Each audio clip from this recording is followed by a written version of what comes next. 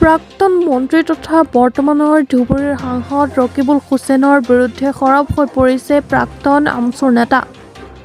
আগন্তুক আমছু কেন্দ্ৰীয় অধিৱেশনত সাংসদ ৰকিবুল হুছেইনক নিমন্ত্ৰণ কৰাৰ পিছতেই এইদৰে ৰকিবুলৰ বিৰুদ্ধে ক্ষোভ প্ৰকাশ কৰে প্ৰাক্তন আমছু নেতা আখতাৰ হুছেইনে। সংখ্যালঘু ৰাইজৰ গাদ্দাৰ ৰকিবুল হুছেইনক আমছুৰ কেন্দ্ৰীয় অধিৱেশনত নিমন্ত্ৰণ কৰাটো দুৰ্ভাগ্যজনক বুলি মন্তব্য কৰে। 2014 চনত বঙাইগাঁও আমছুৰ অধিৱেশনৰ পৰা অপদস্থ কৰি বাহিৰ কৰি দিয়াৰ পিছতো এইবাৰৰ অধিৱেশনত পুনৰ ৰকিবুলক অধিৱেশনৰ মুকলি সভাত নিমন্ত্ৰণ কৰাৰ ঘটনাক ধিক্কাৰ দিছে। লাহৰীঘাটৰ পৰা খাইৰুল ইছলামৰ ৰিপৰ্ট। আৰম্ভ হ'ল।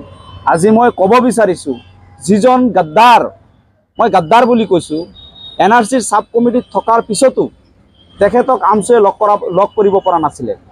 যিজন কেবিনেট মন্ত্ৰী থকাৰ সময়ত 3টা টাৰ্মত অসমৰ 4 লাখতকৈ অধিক সংখ্যালঘু মানুহৰ নামত ডি ভোটাৰ লগোৱা হ'ল, তাৰ ফাংচন আছিলে 0। যিজন কেবিনেট মন্ত্ৰী থকাৰ সময়ত কোকৰাঝাৰ, ওদালগুৰি, বাক্সা আদি অঞ্চলত 6 লাখতকৈ অধিক সংখ্যালঘু মানুহৰ ঘৰ-বাৰী জ্বলোৱা হ'ল, শ মানুহক হত্যা কৰা হ'ল।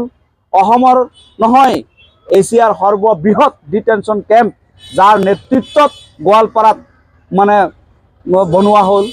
আজি বুঢ়া চাপৰিত আজি সংখ্যালঘুৰ চৰকাৰী মাটি, চৰৰ মাটি, সেই মাটি সংখ্যালঘুৰ পৰা কাঢ়ি নি ফৰেষ্টত চমজাই দি আজি হাজাৰ হাজাৰ মানুহক ঘৰ-বাৰী নোহোৱা কৰিলে। এনেকুৱা এজন ইতিহাস প্ৰসিদ্ধ গাদ্দাৰ, সেই গাদ্দাৰৰ নাম আমছুৰ লিফলেটত অহাটো মই অতি দুখ পাইছোঁ, লজ্জাজনক। আজি আমছুৰ কেন্দ্ৰীয় নেতৃত্বক মই প্ৰশ্ন কৰিছোঁ, আজি আমছুৱে জাতিক উদ্ধাৰ কৰাৰ কাৰণে আজি জন্মলগ্নৰে পৰা কাম বেছি ক্ষতি কোনে কৰিছে? আটাইতকৈ বেছি ক্ষতি কৰা মানুহজন হ'ল চামাগুৰিৰ প্ৰাক্তন বিধায়ক, প্ৰাক্তন মন্ত্ৰী ৰকিবুল হুছেইন, বৰ্তমান সাংসদ ধুবুৰীৰ।